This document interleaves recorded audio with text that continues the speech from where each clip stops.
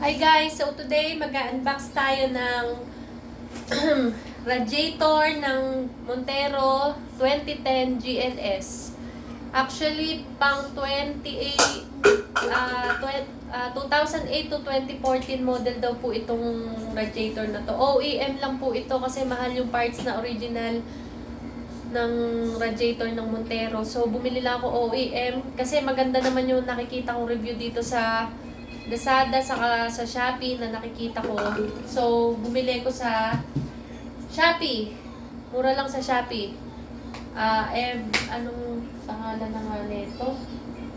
Evercool. Evercool po ang tatak po nito. OEM po siya na radiator. So, titingnan natin kung okay po siya sa sasakyan namin.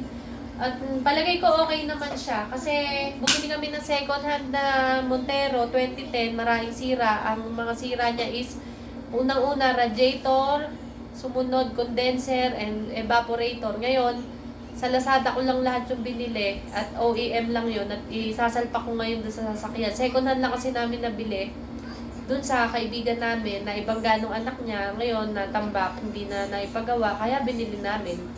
So, ito, ang laki nito.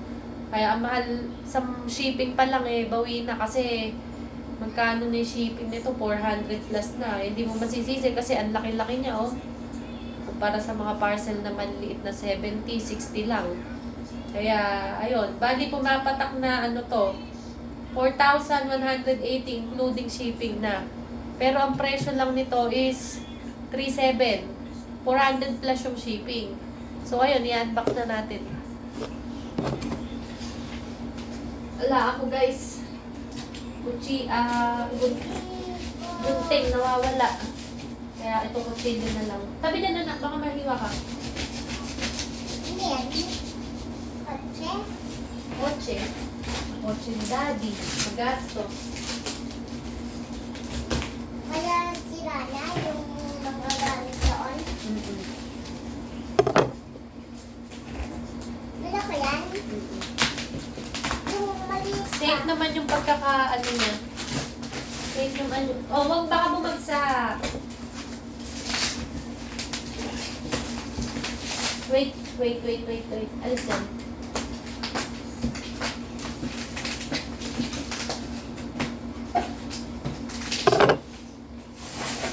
Hindi ka sa camera yung dalihin.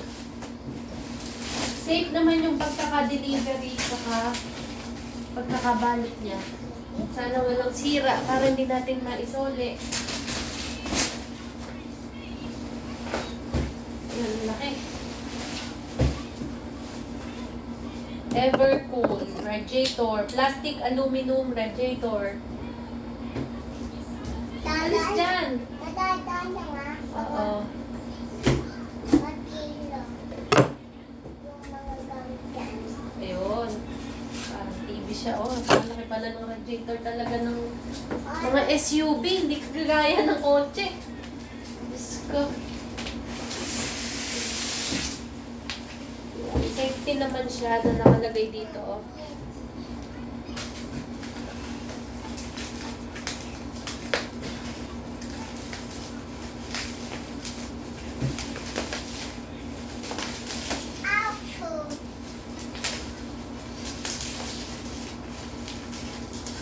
Yan, may bubble wrap, tapos may foam na nakalagay sa mga gilid for safety purposes. Kasi very delicate itong ganitong mga radiator. Hindi siya pwedeng mabagsak. UP kasi yung dito, pinaka dito ng radiator sa pagkakabangga. Kaya ayan. Ayan siya guys, so ang ganda niya. OEM lang siya, pero ang ganda niya. Oh, mukha namang matibay and durable. Yan, napakalaki. Bigat. So, yun lang guys. Sana maging okay siya sa sasakyan namin at magtagal at walang maging problema. Update ko kayo kung magiging okay yung pagkakasalpak sa kanya at yung performance ng radiator na to. Thank you guys. Yun lang. Bye-bye.